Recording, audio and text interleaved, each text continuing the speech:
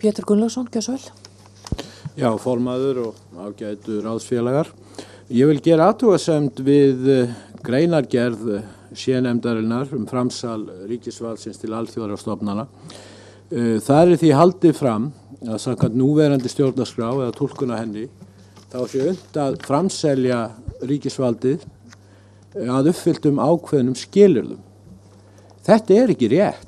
Ég gerði nú athugasemdir við þetta á ráðsfundi að það kom engin rökstuðningur eða skýringar á þessu andmælum mínum og ég vil auðvitað leggja áherslu á það að það eru auðvitað til meginreglur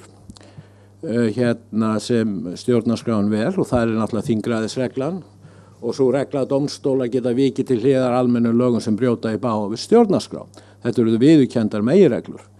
En að halda því fram aftur núna að þessi viðurkennd meginregla samkvæmt íslenskri stjórnskipan að unnt sé að framselja ríkisvald að uppfylltum ákveðnum skilyrðum ekki rétt, en þetta notað sem rökstuðningur fyrir því að það þurfi að skrá þetta í stjórnarskrá sem í raun og veru óskráð regla.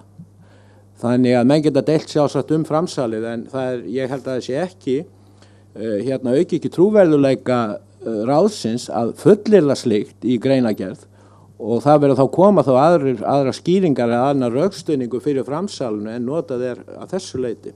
Ég þakka fyrir.